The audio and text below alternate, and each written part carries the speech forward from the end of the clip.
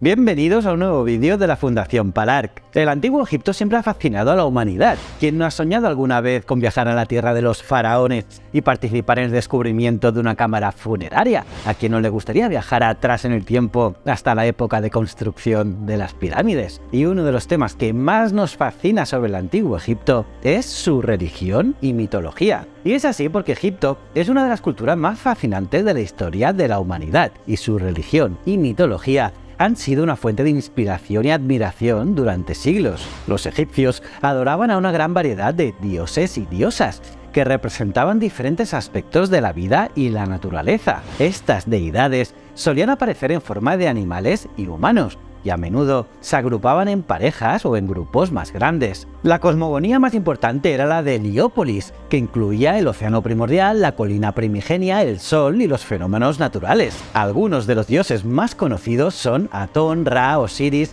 Isis y Horus. La religión y la mitología egipcias eran una parte fundamental de su cultura y su vida cotidiana, y todavía hoy en día seguimos fascinados por ellos y por todo lo que nos pueden enseñar sobre el pasado. Y de eso hablaremos en el vídeo de hoy.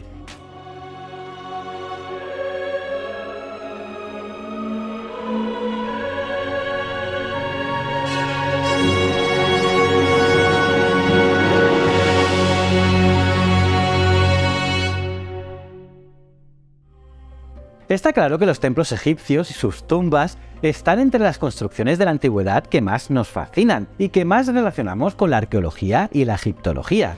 En estos templos y lugares sagrados, las paredes suelen estar llenas de representaciones de los faraones que los construyeron y de los dioses a los que veneraban, y muchos de ellos también aparecen como desafiantes estatuas. Pero, ¿qué tiene la mitología egipcia que nos atrae tanto? ¿Cuándo aparecen estas creencias y cuáles son sus principales dioses? Pues bien, posiblemente los egipcios prehistóricos empezaron adorando las fuerzas de la naturaleza, como otras culturas del Neolítico o la Edad de los Metales, y a partir de la época predinástica se empieza a personificar a las deidades con características de animales y humanas. El halcón es relacionado con el dios Horus, el elevado. El perro egipcio o chacal del desierto se convierte en el guardián de las necrópolis, el dios Anubis. Los cocodrilos del Nilo se personifican en Sobek, pero su parte humana les confiere también atributos humanos. Por ejemplo, los egipcios tuvieron una gran tendencia a las agrupaciones familiares de sus dioses, primero en forma de parejas que representaban la fuerza creadora mediante un principio femenino y otro masculino. Con el tiempo, las parejas pasaron a tríadas o grupos mayores hasta llegar a formar enéadas, compuestas casi siempre por 9 divinidades relacionadas entre sí. La más importante de todas estas cosmogonías era la más antigua, la versión creada por los sacerdotes de Ra de la ciudad de Iunu, también conocida como Heliópolis, que fue una ciudad importante en el antiguo Egipto y un importante centro de culto y de enseñanza. Esta ciudad estaba situada al norte de la actual ciudad del Cairo y era conocida por su templo dedicado al dios Ra, y según la mitología egipcia, Heliópolis era el lugar donde se originó el mundo y donde se encontraba el primer obelisco. Era también el hogar de una de las cosmogonías más importantes del antiguo Egipto, que incluía el océano primordial, la colina primigenia, el sol y los fenómenos naturales. Los sacerdotes de Heliópolis eran muy respetados y tenían un gran poder en la sociedad egipcia, y muchos faraones se hicieron enterrar allí, en la ciudad, para poder disfrutar de sus beneficios espirituales en la vida después de la muerte. Pensad que todas las cosmogonías locales eran aceptadas, pero todas tenían esa base común. En primer lugar, el océano primordial, personificado en Nun, donde se encontraba el potencial de vida y de donde nacerán los dioses. Y está claro que todo esto era una clara referencia al Nilo como fuente de vida. En segundo lugar, la colina primigenia, donde según su mitología se originó la vida, representada por las tierras que quedaban al descubierto tras las crecidas, lugares fertilizados donde la vida resurgía cíclicamente. Y en tercer lugar, el sol, en ocasiones relacionados con el dios creador, causante del nacimiento y desarrollo de todas las formas de vida. Y por último, los fenómenos naturales, cotidianos y parte de la propia vida, que acabaron también personificados en diversos dioses. Por ejemplo, Atón y Ra eran dos de los dioses más importantes del antiguo Egipto y eran a menudo relacionados entre sí.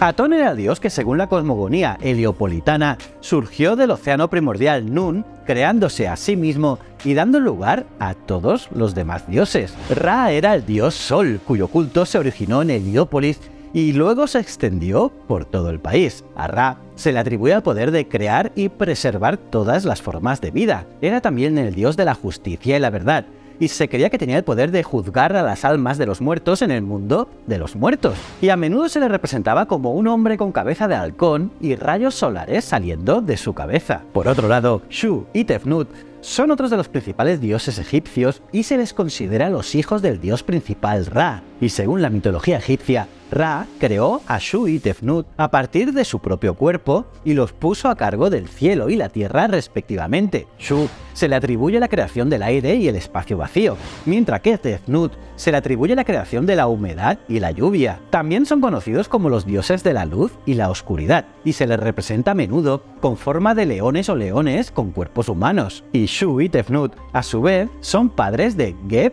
y Nut. Geb es el dios de la tierra y se le representa a menudo con forma de hombre con la cabeza de un buey o con una piel de buey cubriendo su cuerpo.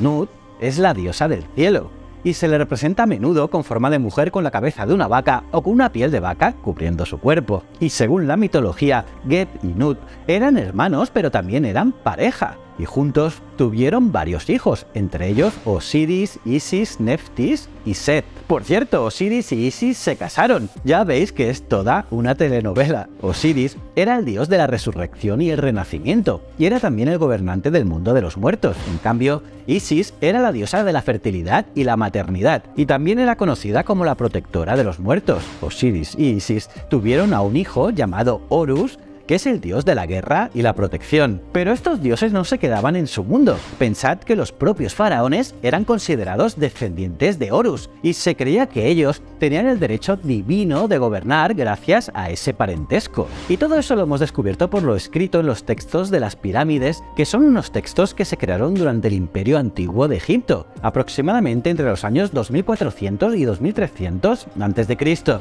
Estos textos describen al faraón como encarnaciones de Horus y Osiris, es decir, en vida, Horus se reencarna en el faraón de turno y a su muerte se convierte en Osiris, donde se une a los demás dioses. Por lo tanto, nuevas encarnaciones de Horus iban sucediendo en la tierra en forma de nuevos faraones. Pero no todos los dioses pertenecen a esta Enéada, hay muchos más. Así que si te interesa este tema, podemos seguir hablando de ello otro día. Déjanos tu comentario. Y si nos acompañáis, podemos seguir indagando sobre cualquiera de estos temas en más vídeos, así que si te interesa seguir excavando en nuestro pasado, no te pierdas los próximos.